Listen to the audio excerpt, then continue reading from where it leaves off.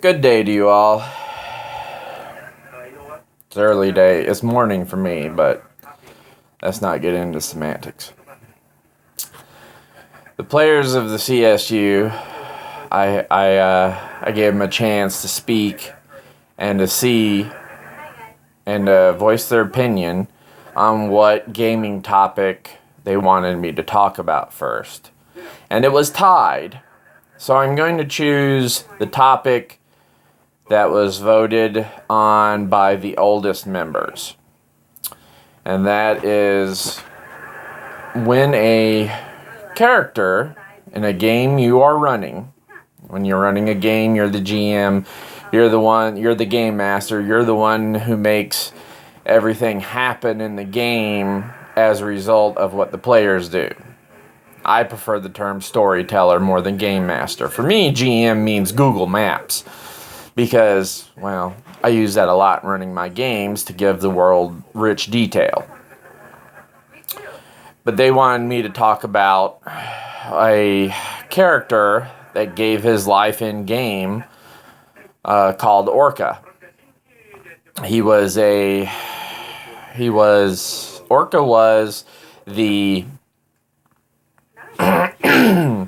son to one of the other playing characters that Solomon, and Solomon thought his son had been killed in a market blast in the Middle East when his wife was still living there, because Solomon's from the Middle East.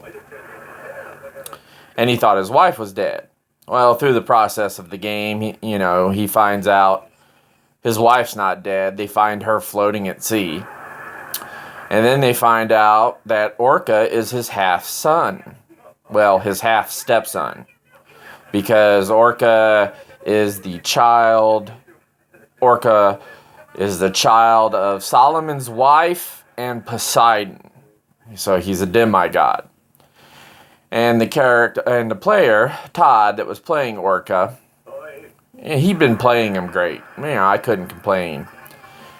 And Todd got the urge to play something different. And that happens to a lot of gamers. Just like everyone has a movie that they like for a while and then they start watching a different movie. It's the same thing with gamers. Some gamers, might like with Todd, he started out playing Orca, who was basically Aquaman on crack. And when Todd started talking about wanting to make a new character, I was like, well, to put it in layman terms, I said, do you want to go out with a bang? He's like, what do you mean? I was like, well, in The Walking Dead, main characters die. And it makes the show that much more visceral. He's like, as long as he goes out in a bang and doing something good, I'm okay with it. I was like, well, hey, if you're ready to send him off into retirement, the character, I was like, I'll give you a scene that'll make CSU history. And the scene was one of the most remembered scenes in CSU gaming. The group got a distress call. This is after a zombie apocalypse. So it's kind of like Avengers meets The Walking Dead. This is, the game's called X Rogues. EXR, X Rogues. It's based off book series by Peter Clines, the X Hero series. And they got a distress call, back on topic, from a cruise ship that had walkers on board, X's on board, as Peter Klein calls them, and still had 1,500 survivors and somebody to man the radio. So they went out to the ship, and it didn't have power, and most of the people were trapped in the rooms. So they wound up, dealing with undead, because the fighting the zombies is not the goal of a zombie game. The zombies are just an obstacle. Like one person once said, The Walking Dead could have been done with killer tomatoes. It wouldn't change the story that much. I mean, if there were tomatoes out there running around killing and eating people, well, they just don't have arms and legs, but they're the same thing. Whether they'd be on dead tomatoes or not, it's another matter for another time. But while they were on the ship, which was called the Atlantis, USS Atlantis,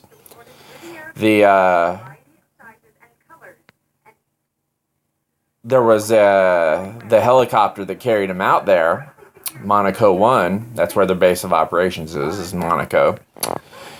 The helicopter was actually very lucky, and one of its spotters spotted a periscope.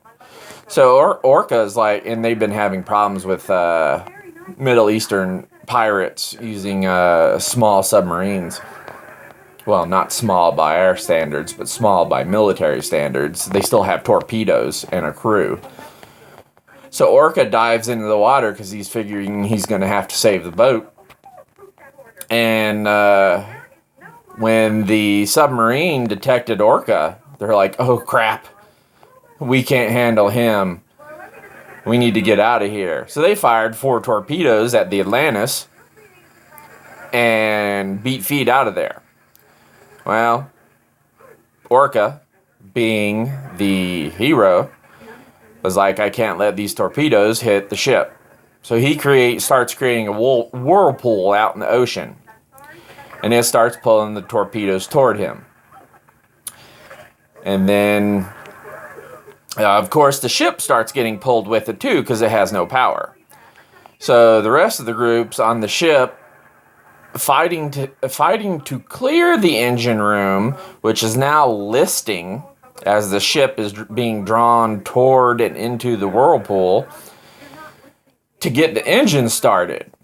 And they finally managed to get the engine started.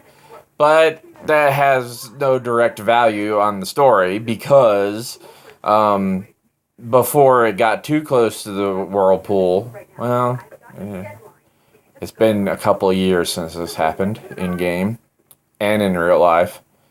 X Rogues is my longest running game.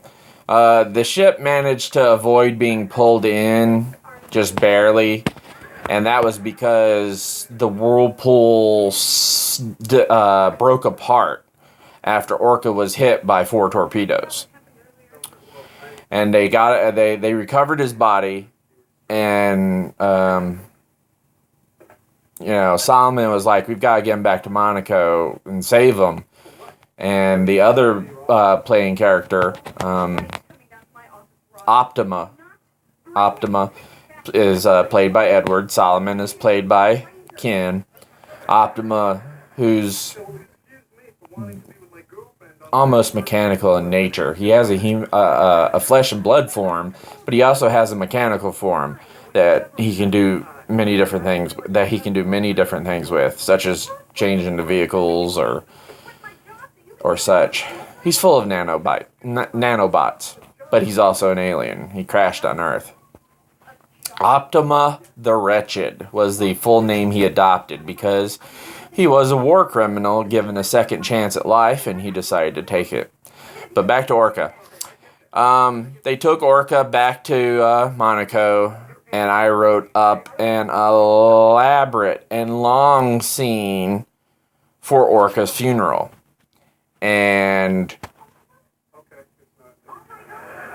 actual players and my late wife, cried. I even cried when I was reading it because, it was moving. It was heartbreaking and the whole shebang. And it's just, sometimes a player's sacrifice, like if they are leaving the game or they want to change characters, a player's sacrifice going out in a bang can make the most memorable moments. I had another character who stopped playing, and his character, although superpowered, not as much as Ken, Todd, and Ed, he gave me the okay to take his character out of the game. He's like, yeah, I'm just too busy to play. I was like, that's understandable. It happens. So, his character went out with a bang, literally, because while he was exploring a infested French naval vessel, he encountered X's, walkers, that were under the influence of something. And he was surrounded and ambushed. Think intelligent zombies with glowing eyes. Yeah, so luckily he was the kind of person, Trent was the character's name, and Trent was the kind of person who, when he did this kind of job, like cleaning out a ship or something, he wore a bomb vest just in case. I mean, you know, there's like only one other living soul on the ship clearing it, and the zombies can't kill him. So it's only Trent that he has to worry about. And, you know, he was in a solid built room when he got ambushed, and he blew him up. He's like, rather than taking, risking other people's lives, and he felt his time was near, quote unquote.